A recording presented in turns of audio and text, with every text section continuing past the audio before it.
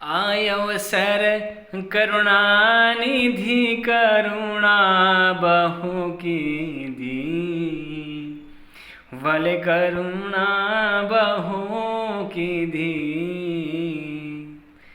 मुक्तानंद कहे मुक्ति सुगम करी सीधी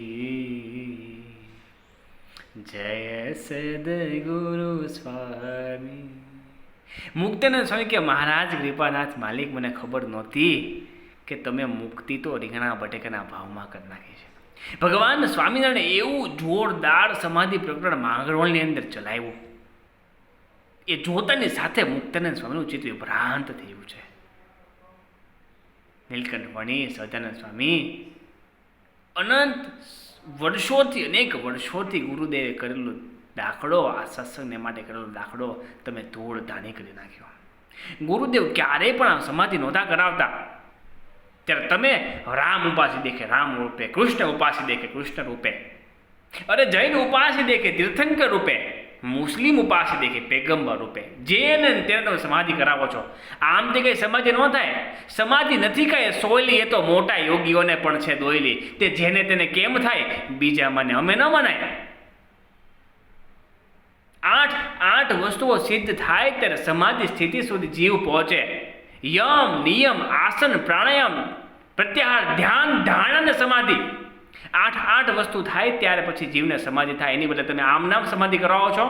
આ તમારા દમને પાખંડ બંધ કરો. મુક્તાનંદ સ્વામીનું ચિત્ત વિભ્રાંત થયું છે. સ્વામી સત્સંગ છોડીને હાલ્યા જવા નીકળ્યા છે. રામાનંદ સ્વામીએ ખાખરાના વનમાં સ્વામીને દર્શન આપ્યા. મુક્તાનંદ, તું ગાંડો થયો છે ને, તું પાગલ થયો છો, તું ભીત ભૂલો છો. ભગવાન સ્વામિનારાયણ એ જ ભગવાન છે. તું મને મૂકી અને હવે તું એ ભગવાન સ્વામિનારાયણ શરણે થા. અને ત્યારબાદ મુક્તાનંદ સ્વામી ભગવાન સ્વામિનારાયણ શરણે થાય છે અને સુખ પામીને સખી સુખ પામી પદની રચના કરે છે અને મહારાજની આરતી કરે છે. અને આ શબ્દો આરતીની છેલ્લી કડીએ મુક્તાનંદ સ્વામીના મુખમાંથી નીકળે છે.